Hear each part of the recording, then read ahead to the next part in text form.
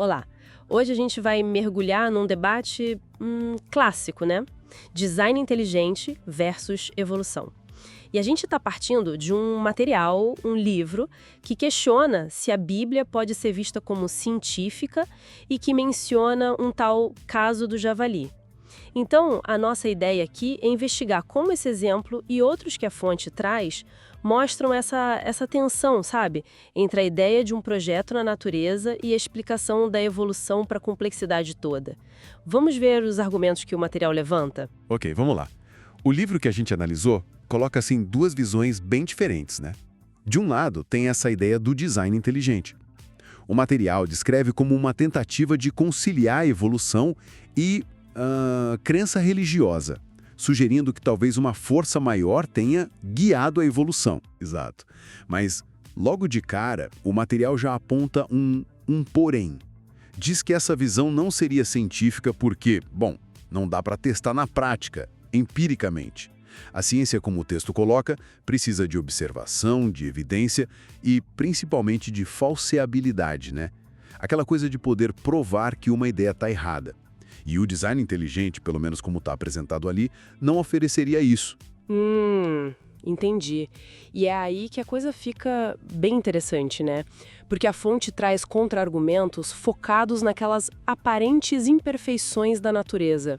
Cita, por exemplo, o nosso próprio genoma, que tem lá uns vestígios de vírus antigos, sequências que, bom, aparentemente não têm função clara.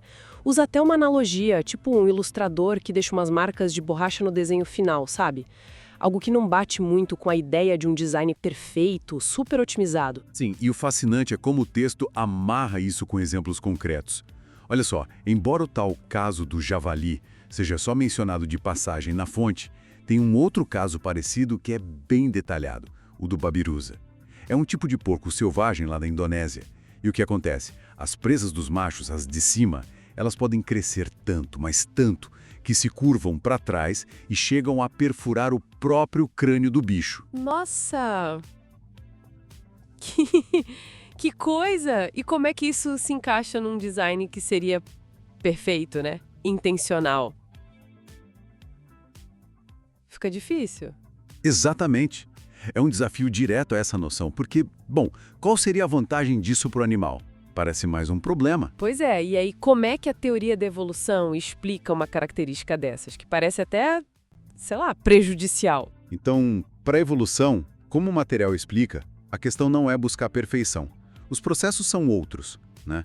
Tem a seleção sexual, por exemplo. Às vezes, uma característica que ajuda na reprodução, tipo presas maiores para intimidar rivais, acaba sendo selecionada, mesmo que traga outros custos.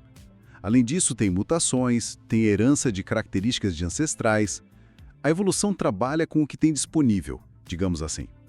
O resultado é um conjunto de adaptações, nem sempre ótimas em todos os sentidos. Reflete mais a história, as contingências, né? Não um plano prévio. Entendi. Faz sentido. O babirusa seria, então, um exemplo meio extremo dessa natureza não linear da evolução. Isso. E aí, conectando tudo. O argumento do material é que a evolução consegue oferecer um modelo científico forte que explica tanto as adaptações super complexas quanto essas aparentes falhas ou bizarrices como a presa do babirusa. Certo. E, em contraste, a hipótese do design inteligente, segundo a discussão no livro, teria mais dificuldade para acomodar essas imperfeições. Talvez tivesse que apelar para ideias como propósitos misteriosos ou algo assim, que aí já sai do campo da ciência, né? O texto até menciona como essa discussão toda respinga na educação, sabe? Nas disputas sobre ensinar criacionismo ou como interpretar fósseis. Então, o panorama que essa análise nos dá é que exemplos como o do babirusa e a menção ao javali são usados para questionar essa ideia de um design perfeito e intencional. E a fonte meio que posiciona a evolução como a explicação científica que consegue abraçar essa complexidade toda, incluindo o que para nós parece imperfeito ou estranho. Exatamente. E isso puxa um último ponto interessante que o material levanta, o tal do viés cognitivo de agência. Ah, sim. aquela nossa tendência, né? E por trás de coisas complexas, mesmo quando elas podem ter surgido por processos naturais. Sem um guia, a gente procura um designer, porque nosso cérebro é muito bom em achar padrões e agentes. Fica aí a reflexão, então.